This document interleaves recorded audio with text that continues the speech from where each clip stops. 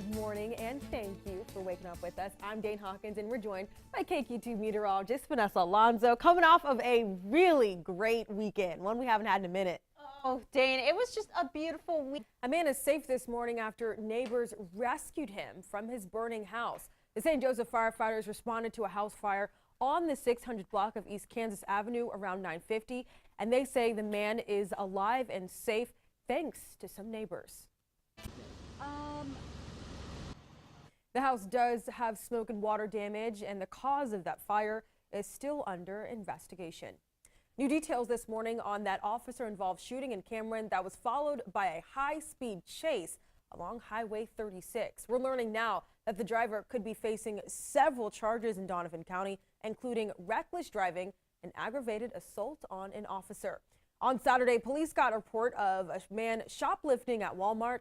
And when they arrived, the man got into his car, hit an officer, and then drove away. That's when officers say they started firing shots at the man's car. The man got onto US 36 and police chased him all the way out to Athena. Athena police say they caught the man and took him into custody at around 2 o'clock. More on this story can be found on our website, KQ2.com. And that was the second officer involved chasing and shooting in Cameron over the weekend. The first happened Friday morning around 7 on I-35. Troopers say it started with a man in one car shooting at another driver.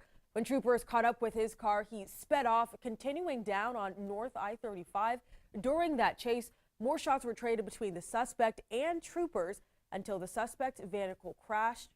Troopers pronounced dead at the scene, and there's no word yet on his identity, but troopers do say 2 people that were in other vehicles that were hit by gunshots are expected to be okay. It was a dangerous weekend for drivers in St. Joseph. A man is dead this morning after a motorcycle crash on I-229. The St. Joseph police say D. Swiney was driving a motorcycle around 10 on Friday night when he lost control. He was on the northbound entrance ramp on I-229 from the Stockyards Expressway. When Swiney was taken to the hospital, he died from his injuries.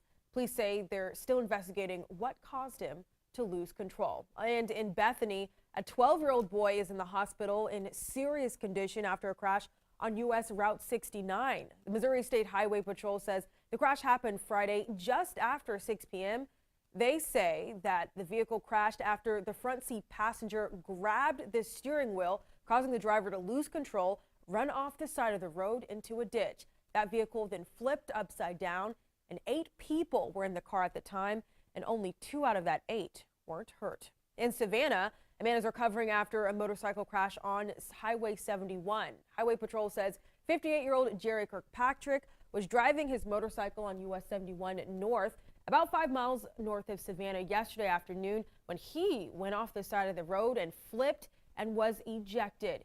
He was taken to Mosaic Life Care in serious condition. Reports show that he was luckily wearing a helmet. Travel in Missouri during the last several days has been difficult. Hundreds of roads are closed because of flooding, including Highway 36 and I-29. KQ2's Colton Sikoraki has a look at all of our travel headaches. All 4 lanes of US 36 are back open in Chillicothe this morning. The highway was closed last week due to flooding, but US 65 south of Chillicothe is still closed. Road crews are currently working on repairs. No time frame has been given for when 65 will be back open.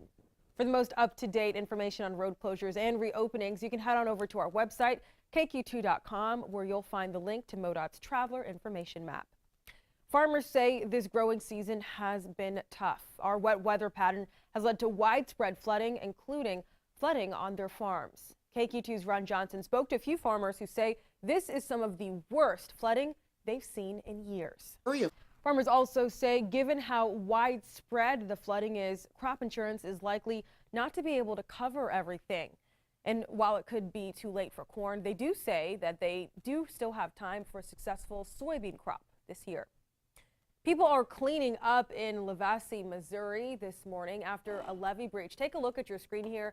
This is what Lavassie looked like on Saturday. Jessica Scott took this video from her front porch. She, her 12 pets, daughter, and her boyfriend were among the 4 families rescued by the Missouri State Highway Patrol, and she says they were able to rescue several of their animals along the way. But while they are out of the flood zone, Scott says she's preparing for her hardships ahead. We're just not. Captain Mike Rogers with the Missouri State Highway Patrol Water Rescue Team says if they're not able to fix that breach, roughly 100 homes will be flooded. In Canton, Missouri, people are packing and stacking sandbags along their town's levee. Those who live in the area say this isn't the first time they've had to go through this, but this time they've got some machinery that should make this process go just a bit faster. Also helping are 62 members of the Missouri National Guard who say they were deployed to town on Friday. You guys are awesome. The town needs roughly 100,000 sandbags to cover their 3,000 feet of levee. Coming up, another recall has been issued. Why Purdue Food is recalling more than 31,000 pounds of chicken. Stay tuned.